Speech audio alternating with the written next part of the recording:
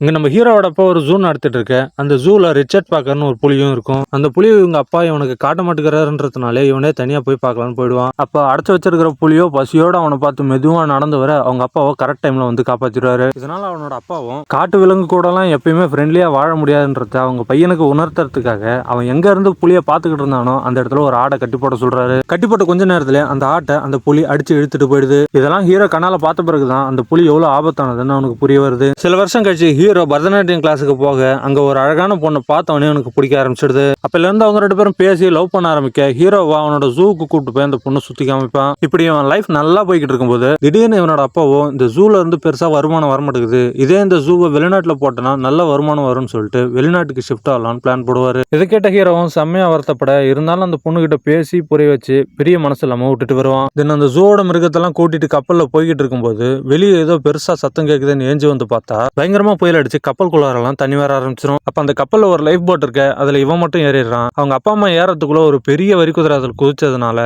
கயிறு இருந்து இவன் மட்டும் தப்பிச்சிடறான். பார்த்தா அவனோட அப்பா அம்மா அண்ணன் மொத்த குடும்பமும் அந்த புயல்ல இருந்திருப்பாங்க. இவனும் கஷ்டப்பட்டு அந்த புயல்ல இருந்து தப்பிச்சிட இவன் கூட அந்த போட்ல ஒரே ஒரு வரி குதிரை மட்டும் இருக்கும். பார்த்தா தூரத்துல இருந்து ஒரு சிம்பான்சி அந்த போட்டை நோக்கி வந்துகிட்டு இருக்கும். அப்ப திடீர்னு அந்த போட்ல பதிங்கிறது ஒரு ஹைனாவோ அந்த வரி குதிரை அடிச்சு சாப்பிட ஆரம்பிக்குது. கொஞ்ச நேரத்துல அந்த ஹைனாவோ சிம்பான்சி அட்டாக் பண்ண ஹீரோவும் விடு விடுன்னு எவ்வளவோ கத்தினாலும் அதோட கதையை அங்கேயே முடிச்சிடும். இதை காண்டான ஹீரோவோ அந்த ஹைனாவை அடிச்சு வெளியே தள்ளலான்னு பார்த்தா அப்ப அந்த போட்ல பதுங்கி இருந்த புலியோ அந்த ஹைனாவே அடிச்சு சாப்பிட்றோம். இதை பார்த்த ஹீரோவும் செம்மையா பயந்துற அடுத்தது அந்த புலியும் ஹீரோவை நோக்கி தான் வரும். ஆனா அந்த புலிக்கும் அந்த துணியில சரியான கிரிப் கிடைக்காதனால அதனால மேலே ஏறி வந்திருக்க முடியாது.